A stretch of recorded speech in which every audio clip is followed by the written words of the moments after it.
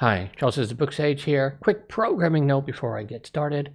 New glasses, finally. I've been tired of wearing the ones that have been broken forever. Another programming note, I'm going to be live streaming tomorrow at Sunday, November 20th, 3 p.m. Eastern.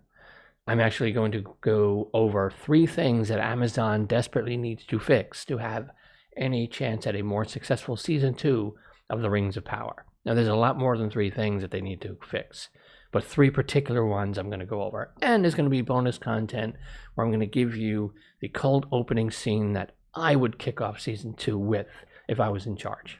That's tomorrow at 3 p.m. Eastern. Hope to see you there. I'll be looking for you in my live chat. With that out of the way, I wanted to kind of just talk about what I've been actually watching in terms of sci-fi fantasy. I've been watching Andor, Star Wars Andor.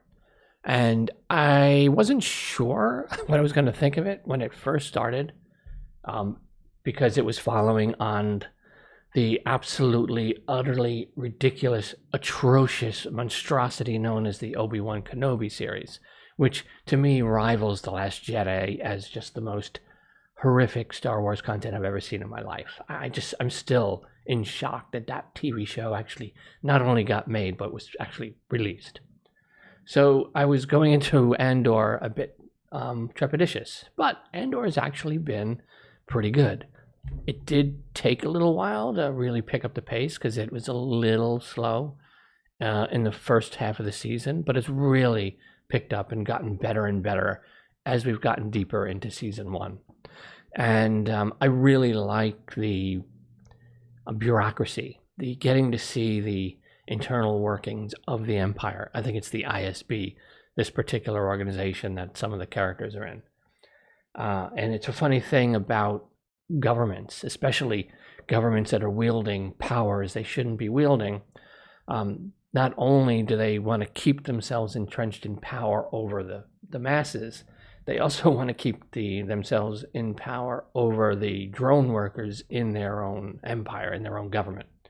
So the people below you that you don't want to become threats to your rule, you bury them in bureaucracy and red tape, and 90% of their job is just trying to go through the hoops and fill out the forms and go through the whole processes before they can get anything done.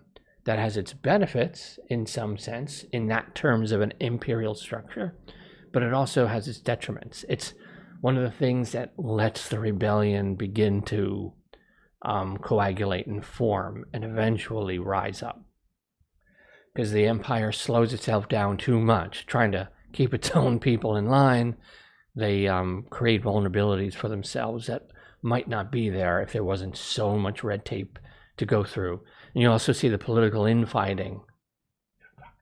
I should remember to turn my phone off.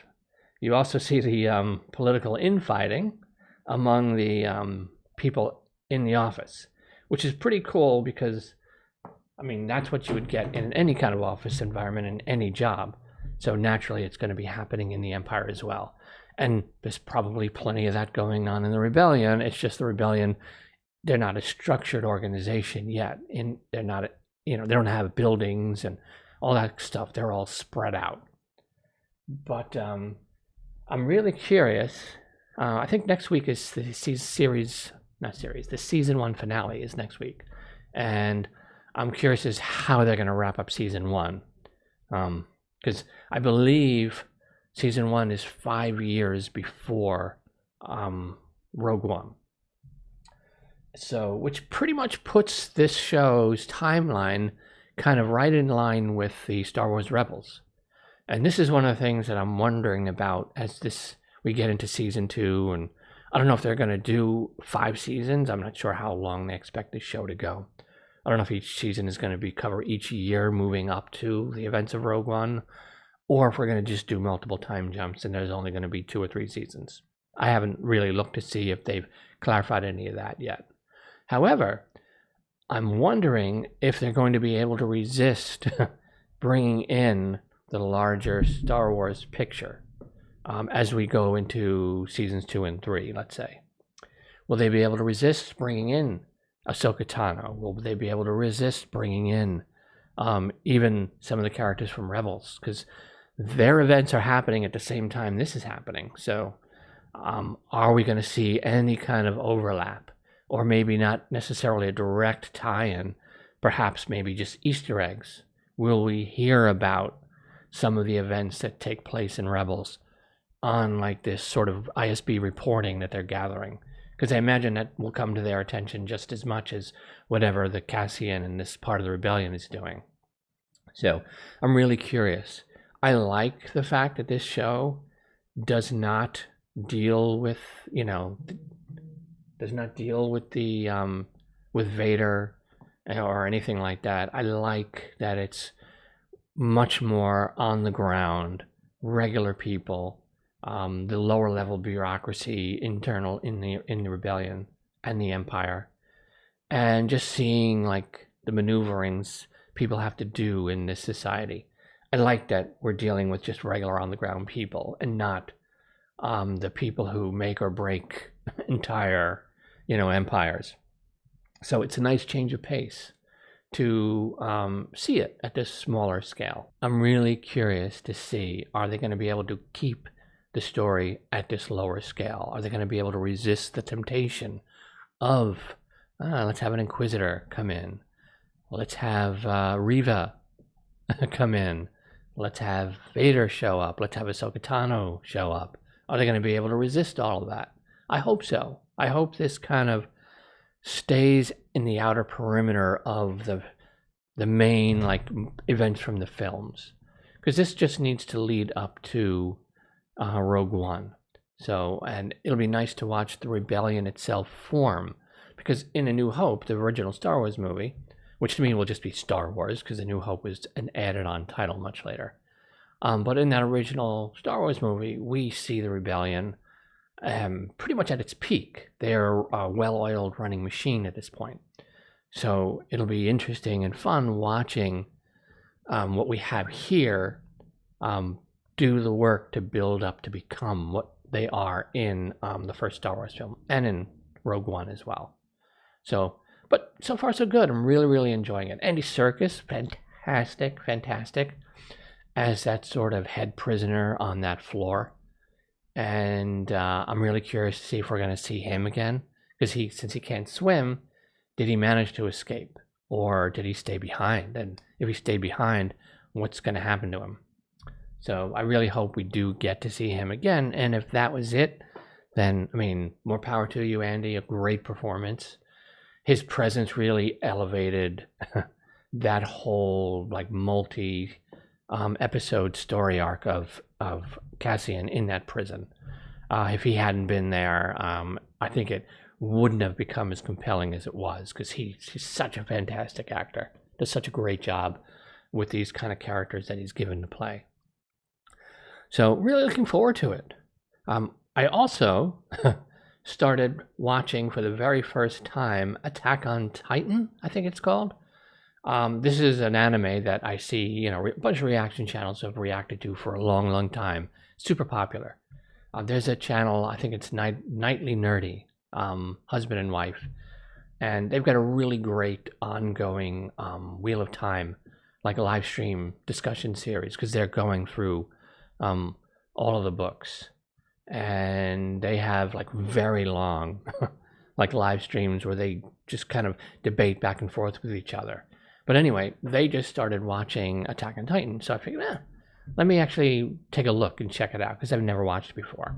And I have it, I can get on Hulu. It's the dubbed version. Not a fan of dubbed versions. I want the original version, just give me subtitles, but that's what I have available. So I watched the first 2 episodes, and holy moly, is that wild. I didn't really have any idea too much of what it was about. All I knew is that they were like sort of giant sort of creatures, but I didn't really know the context or anything like that. I thought they were like the main characters and we were watching them fight something else, but no, a completely different thing. I just watched the first 2 episodes, which seemed to me sort of to be like a sort of prologue in a sense, because I think at the end of episode 2, you see a little bit of what's coming up, and it looks like these kids are like older now, so they're a member, I'm assuming, of this corps that goes out and tries to attack these Titans on their own ground to try to keep them out of their sort of village. So thought it was a good place to stop. Really interesting. And I'm going to be watching that. I don't know. I'm not sure how many episodes or how many seasons there are, but whatever is available on Hulu, that's what I'm going to be watching. And but yeah, pretty wild, really wild story so far. I expect it's going to be pretty brutal as well. And but looking forward to it, because this is one of the more popular like anime series that I see so many people just online talking about and doing like reaction videos. I don't do any reaction videos, but I do discussions and reviews and things like that. So far so good there. I have the series finale of Longmire to watch again. This will complete, I think, perhaps my 4th time rewatching that entire TV series. It's become one of my favorite TV series of all time, just through rewatches. Great book series as well by Craig Johnson. Book 6 is next up on my list to read. And those are nice, quick reads that I sit down and like knock out in like 4 hours or so. And the books are really, really good, even obviously even better than the TV show. But just something about these characters and this storyline that just clicks for me. Don't know why. It's completely outside what I would normally read. Like I'm a big sci-fi and fantasy reader, and this is just modern day sheriff in like a fictional county of Absaroka County in like, I think Wyoming or something. I think Wyoming. So it's just modern day kind of cop story, which are fine. I used to watch a lot of cop TV shows. You know, everyone watched those when you're a kid. Doctor shows and cop shows were half of television back in the day. But there's just, the characters are really compelling, really well acted in the TV show, and really well written in the books. So I have that. That's probably going to be my closing out Sunday night, is going back and finishing off the series finale of Longmire and closing out that whole rewatch. But I said probably reading book 6, most likely after tomorrow's live stream. My reading has been mainly researching, like Tolkien Second Age, just refreshing myself on what Tolkien actually wrote after that really infuriating season 1 of Rings of Power, and kind of doing research to particularly plan out my live stream for tomorrow, where I'm going to be going over things that they should fix. And I'm looking forward to that. But I really have to get back to my regular reading. I need to get back to Malazan and other stuff here. And I have a Song of Ice and Fire series that I've been putting off like the whole year, that I thought I was going to be well into at this point. So that's going to be definitely coming in 2023, where I'm going to be reading through just Arya's chapters through the 5 books, and kind of doing a deep dive into her journey as a character across the 5 books so far. And I plan on doing this with Bran as well after, and then maybe Jon Snow. Just a couple of characters. It'll be interesting to read through just that one person's chapters only, to see how much of the story we get from their point of view.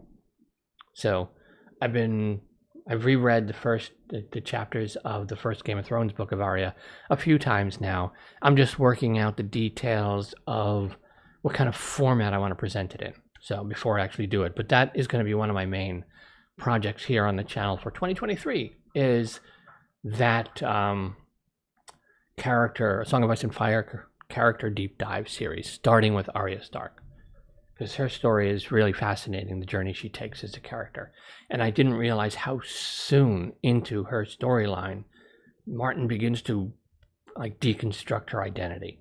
But anyway, I don't want to get off on a tangent here, but that's going to be coming. If you haven't watched any of my Rings of Power content and you're going to watch my live stream tomorrow, you can click on the Rings of Power playlist here and watch me be not a very happy person talking about some of that TV show. Anyway, I am Charles with SirBookSage. Happy reading.